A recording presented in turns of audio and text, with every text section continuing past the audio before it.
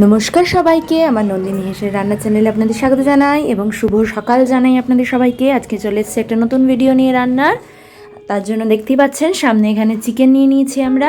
চিকেনটাকে ভালো করে ধুয়ে নেওয়া হচ্ছিল, আর এদিকে আমি চলে এসেছিলাম বাটিতে মশলা রেডি করতে, স্পেশাল মশলা। এর জন্য দই নিয়ে নিয়েছি, আর তার মধ্যে নিয়েছিলাম আন্দাজ মতন নুন। দইটা আমরা বাইরে থেকে কিনেছি, কিন্তু অন্য টাইমে কিন্তু আমাদের বাড়িতেই বানানো হয়ে থাকে গরমকালে।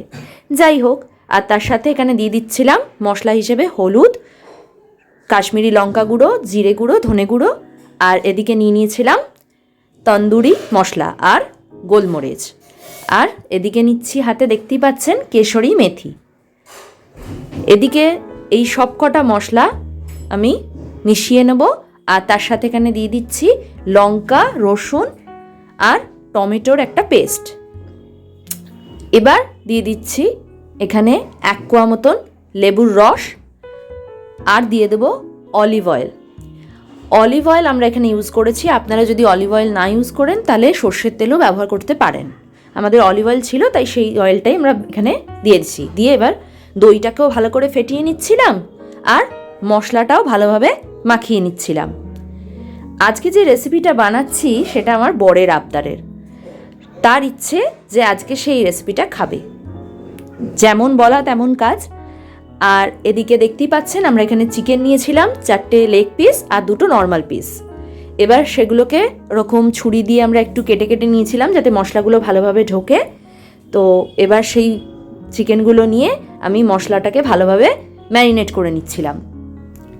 আমাদের কাছে হাতে সময় ছিল, তাই জন্য এটা আমরা সকালবেলা ম্যারিনেট করেছি। এবার ম্যারিনেট করে নেওয়ার পর এটাকে আমরা ওই 6 ঘন্টা মতন আমরা রেস্টে রেখেছিলাম।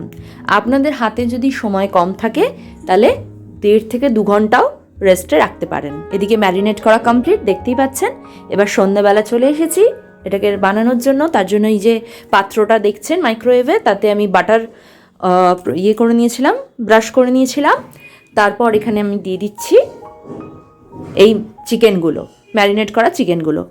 এবার এটাকে মাইক্রোওয়েভে দিয়ে দিলাম। মাইক্রোওয়েভে যেহেতু আমরা করছি তাই জন্য। আর নিচে দিয়েছিলাম সসেস ভেজিটেবল। আর এখানে 200 ডিগ্রি সেলসিয়াসে আমরা এটাকে দিয়েছিলাম প্রিহিট মোডে।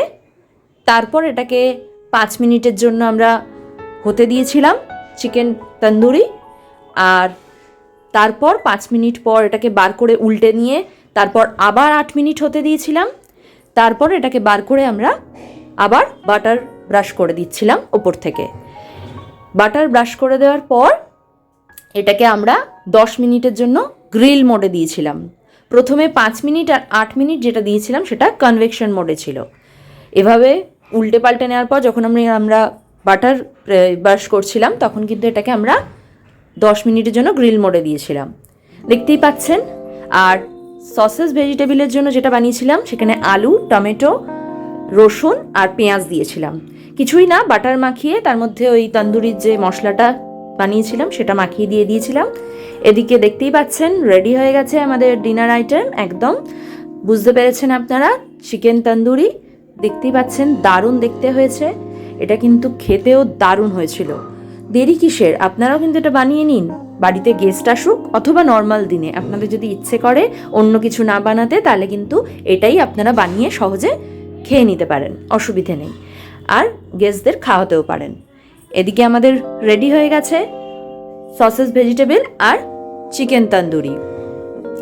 আর সাথে কিন্তু আমরা বানিয়ে নিয়েছিলাম টমেটোর চাটনি আর ধনেপাতার চাটনি। ধনেপাতার চাটনিটা বানিয়েছিলাম ধনেপাতা, লঙ্কা, রসুন দিয়ে আর সামান্য জল দিয়ে।